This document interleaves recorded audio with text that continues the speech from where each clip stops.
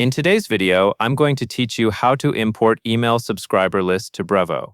To get started, sign into your Brevo account and make sure you are on the main dashboard. The import process happens inside the Contacts area, so first look at the left sidebar, click CRM, and then click Contacts.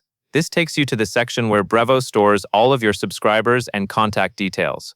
Once you are on the Contacts page, go to the top right and click Import Contacts. This opens the Import options, where Brevo will guide you through bringing your existing subscriber list into the platform. Next, choose Import from a file. This option is used when your list is saved as a spreadsheet, such as a CSV file or an Excel file.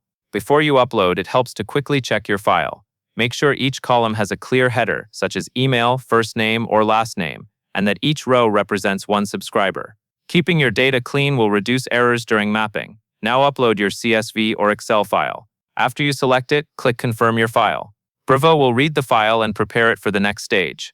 If you see any warnings about formatting, take a moment to confirm that the correct sheet or table is being used and that your headers are recognized properly. After that, you will map your data columns to Brevo attributes. This is where you match each column in your file to the correct field in Brevo, like matching your email column to the email attribute and matching names or other details to their corresponding attributes.